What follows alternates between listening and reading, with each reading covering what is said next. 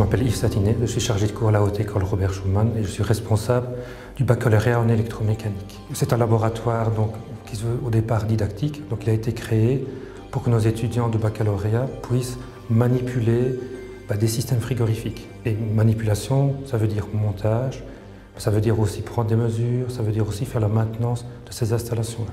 L'endroit où on se trouve, c'est vraiment l'image de ce qu'on peut rencontrer dans une industrie agroalimentaire, où on travaille principalement avec un fluide frigorigène qui s'appelle l'ammoniac. Ici, on a une puissance relativement faible par rapport à une industrie, donc on n'a que 50 kW, tandis que dans une industrie, ce sera plutôt 500 kW, mais le principe de base est vraiment le même. On sait qu'il y a énormément de sociétés qui ont besoin de froid. Donc par exemple, nous dans la région, des laiteries, ou tout simplement même des sociétés au niveau chimique, qui ont besoin du froid, donc ils ont besoin de techniciens agréés, etc. Donc ils pourraient venir suivre des formations pour être agréés, ou simplement suivre des formations pour s'améliorer au niveau de la connaissance des systèmes frigorifiques. On a réalisé, en partenariat avec une école française et une école luxembourgeoise, un projet Interreg, qui était de nouveau une formation de technicien en froid industriel pour des industries de la région Luxembourg, Lorraine française et donc la Wallonie au niveau Belgique.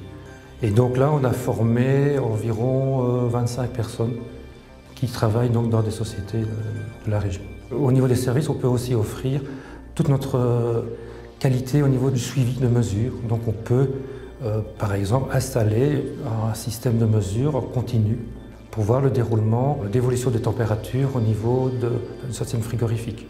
Et donc de là, par exemple, faire une estimation de la consommation énergétique et peut-être à ce moment-là proposer des améliorations au niveau du système frigorifique. Si les entreprises veulent réaliser un nouveau projet, on peut réaliser dans le cadre d'un travail de fin d'études, soit au niveau d'un baccalauréat ou même au niveau ingénieur, de faire l'étude globale de l'installation, jusqu'à l'estimation du coût et la possibilité d'économie d'énergie si on change l'installation. Si on imagine qu'une industrie voudrait par exemple concevoir le système frigorifique pour une chambre froide qui contiendrait peut-être 10 tonnes de légumes, eh bien tout simplement on repérerait la place où on devrait placer la chambre froide et à ce moment-là on calculerait tout ce qui est apport de chaleur dû à l'amener de ces légumes qu'on va refroidir.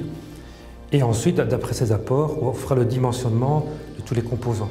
Donc les éléments, l'évaporateur qui va se trouver dans la chambre froide, le compresseur, etc. Et donc ça, sans problème, on est capable de réaliser ça.